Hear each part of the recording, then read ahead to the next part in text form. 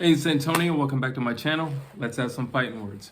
So in this video, I just want to do a quick fight recap for Florian Marku versus Chris Jenkins, which happened over the weekend, and it was a pretty good fight. A little dramatic in the end, and I'll get to that a little later on.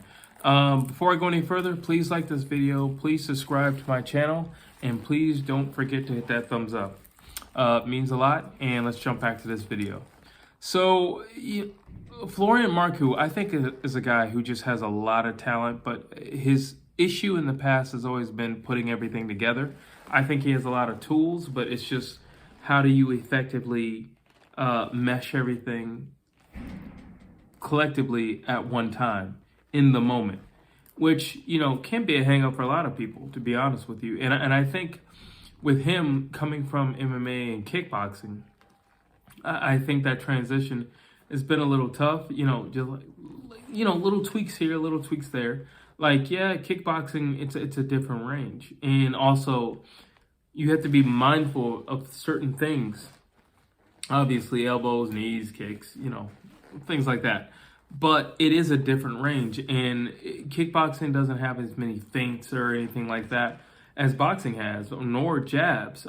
So I think his transition, and he's been in boxing long enough now, I feel like sometimes you just have all these things in your head, and sometimes you might have too much information going through your head at a particular time, and it may not serve you the way you would like for it to serve you, in that moment.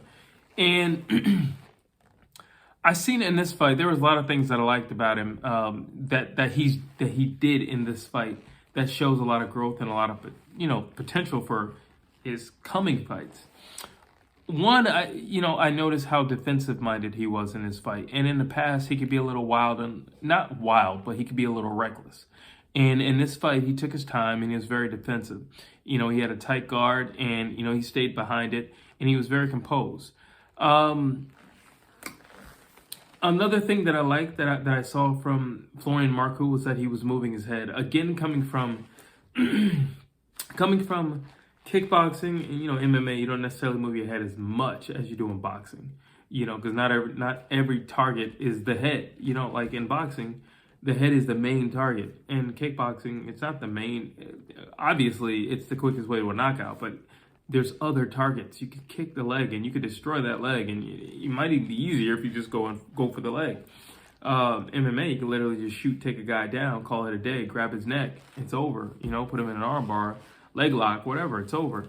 So to see him moving his head and while staying behind that tight guard, I was like, okay, you've been working on some things and you've been in the lab, so that was good to see. Another thing I want to point out during this fight was Chris Jenkins. He had a very nice jab, and it was very fluid. He was very comfortable with it. Every once in a while, you see somebody who's like really tight and, like robotic. And then you see somebody who's kind of loose, And then, like, he'll just flick it out. Like, he was that. He's very fluid, very, very melodic with his punching. Like, you can tell he'd been boxing for a very long time. So, like I said, Chris Jenkins had a nice jab. Not only that, Chris Jenkins was opening up pretty early on, and he had a nice little shot to the body that he would end combinations with. Round one, like I said, was good. I think both guys got each other's respect. Jenkins did have a good jab. Like I said, he had a great jab, and like it was very fluid. He was also mixing it up. He was punching to the body, he was punching to the head. He was giving, Florian Marku something to think about. And again, I think that was another reason why he was being so composed early, and so patient early, because, Chris Jenkins, he came out feeling it, and you could see that he felt it early, round one. I think overall, Florian Marku had the harder punches, and we could see the effects as the rounds were going on and on and on. Now, one of my critiques about Florian Marku was he was only throwing like one punch at a time, but the power from the punch was affecting Chris Jenkins. So all he really had to do was kind of step on the gas. I felt like the fight could have been stopped a little sooner had he would have put out a little bit more of a punch output. And he, by being so patient, he allowed Chris Jenkins to be in that fight a lot longer than he probably should have been. You know, like I said, Florian was very patient, and in the past, he did used to be. He would rush things, and he would also be very emotional while he rushed things. In this fight, like I said, there was just a lot of growth, and I think it was mental maturity growth. You know, because again, physically, you've been fighting all your life. I don't think it has anything to do with how you throw your punches. I think it has to do more with this right here and your self-belief and your timing up, you know, overall up here in your game plan and implementing the game plan. But he was cold as ice. You know, he wasn't emotional. He wasn't rushing anything. But like I said about his lack of rushing things, I felt like he kept Chris Jenkins in the fight longer than need to be. Jenkins wasn't, listen, before I say anything else about Chris Jenkins, dude wasn't no walk in the park. He clearly came to fight. He was, like I said, he was throwing leather early. And I mean, he got the party started because it wasn't Florian Marku. He got the party started. You know, every time he got hit, he returned fire. And he returned fire with a combination. It was like a 3-4 punch combination. And he would typically end with a shot to the body. Luckily, you know, Florian Marku is always in shape, and I mean, he's kind of iron like that, so there was no real pressure there. And again, I'm not saying that Chris Jenkins, you know, he punches like pillows or anything like that, but he wasn't moving Florian Marku back either, you know, even though he was throwing combinations. And a good part of those combinations were landing. I want to mention that.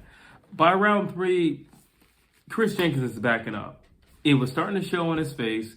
It was starting to show in his body. You know, Florian would kind of do something and Chris would back up. You know, like, because clearly he's hitting hard. Chris doesn't really want it, you know, so he's just kind of backing up and he's just fighting on the back foot. Now he's been reduced to just jabbing and pawing, trying to keep Florian Marku away. Like I said, but Marku had the heat, and by late round 3, he was coming on. He was coming on heavy. And he was throwing more than one single shot at a time, which was good. And again, I'm saying if he would have done that early, I don't believe this fight would have lasted as long as it did. But again, Chris Jenkins stayed in there. He was scrappy. I take my hat off to the man. He didn't come here to be a walk in the park, and he most certainly wasn't. He fought literally to the very end. So I felt, you know, Marco was a little too patient, you know, and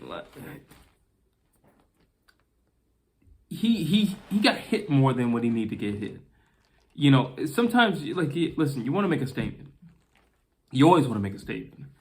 And I felt like this would have been a great fight for him to, like, have, like, a second round knockout or something like that, if he chose to, you know. And I think his past fights and his past regrets kept him from moving at a faster pace in this fight. In the end, so here's my thing. Now I'm just gonna switch off and talk about referees. So, you know, Marku, he hits him, and Chris Jenkins does this like thing where he's just kind of stationary, and he's knocked out on his feet. So Florian Marku does the right thing because he's a human being and he's not looking to like kill anybody. He looks at the referee, and the referee's like, you know, like, fight. Like, now mind you, Chris Jenkins is literally like this. He's punching at the air. Florian Marku's over here. You know, so this is how fighters lose their lives in the ring. You have a referee who's saying fight, and this man is clearly out on his feet. He's literally punching at the air. His head is down, and he's punching at the air. This is how fighters lose their lives in the ring. Just stop the fight. I mean, really, it's not that serious. Well, I take that back. It's very serious. Stop the fight. So Florian Marku hits him like 2 more times, and he does like this little flurry. But believe me, he could have hurt him more if he wanted to. I feel like one of the punches actually woke Chris Jenkins up, and then the next one kind of took him to sleep again while he was on his feet. But overall, I was very disappointed with the referee. I don't like to see things like that. I really don't. I feel like for me, it took away from the fight. For me, that could have been a very potentially bad outcome, just because you felt like he was still fighting back, even though Florian Marku was not even in front of him anymore. Like his head was down while he was throwing his little punches. So I was not happy with that. And honestly, when you have referees like that, but then again, I made a video a long time ago and said, the reasons why fighters die in the ring. That's the referee. On the flip hand side of things, this is why you have corner people. Throw your towel in. Your man is not there. Your man is seriously hurt. Your man is literally off on his feet. Throw the towel in. Why are you allowing this to go on? So I blame the referee and I blame his corner people. I was not happy with that. And if I was Chris Jenkins, I would seriously consider changing my corner people. If these are your friends and these are the people you bring into the fight, dude, you are literally all by yourself. You can't trust a referee because they don't always make the best decisions. And I think the other night was a testimony of that. And it's clear you can't always trust your friends because look who you came to the ring with. And they're literally allowing you to take more punishment than you need to. You clearly have lost this fight. Now, that being said, there's one more thing I want to touch on. So after his victory, he's triumphant. He's raising his hands in victory. And of all the things that Florian Marku could have said, of all the things that all the people that he could have called out, he chooses to call out none other than Amir Khan, the man who just got demolished by Kell Brooke, of all people. And it's like, dude, why are you calling out Amir Khan? Now, yes, Amir Khan recently said he wants one more fight, but let Amir Khan's head get settled, okay? Why are you calling out Amir Khan? Amir Khan is not going to get you a belt. Amir Khan will get you a check, but Amir Khan's not going to get you a belt. I don't know. You guys got to start calling us some real people. Okay, now, and I say that to say this. Florian Marku and Conor Benn have been going back and forth for some time. Last year, particularly, they really had it out. It was funny. It was a funny video because Conor Benn is literally pushing his baby stroller. And they're going back and forth. And, Conor Benn's like, you're not on my level, and yada, yada, yada, yada, yada. And Florian Marku's like, no, then let's fight if I'm not on your level. Don't worry about it then. It'd be easy money for you. So when he won, I was expecting him to say, Conor Benn, what's up? Look what I just did. What's up? Instead, he goes, I want to fight Amir Khan. The best fighting the best. Amir Khan is no longer the best. He's no longer in the top 10 of the best. And that's who you want to fight? Dude, are you serious? No, you need to fight somebody real. And the same, listen, I'm going to be making a video about Conor Benn and, him fighting Keith Van Heerden. I see these guys just fighting these old, washed-up fighters who pose no physical threats. Why don't you two fight? That'll be an amazing fight. And you two don't like each other. And you two have a history. Why don't you two fight? Why are you fighting Van Heerden? And why are you trying to call out Amir Khan? Of all people, the guy who just got dusted. Come on. Give me a break. You need to step your game up and you need to call out some real fighters, okay? There are some real fighters out there who are on your level and who are young, who are fit, who are prime, and who are ready to go, and they need some competition. Don't be calling out no Amir Khan. So it was you did all that, and I have all these great things to say about you, and then you finish with that, and it's just dude, you just came down a few pegs in my book, personally. But those are my thoughts. I want to know what you think. What do you think about the fight? What do you think about the referee just allowing this to go on any further? What do you think about Florian Marku calling out Amir Khan of all people? So drop your comments down below. As always, please like my video, please share my video, and please subscribe to my channel.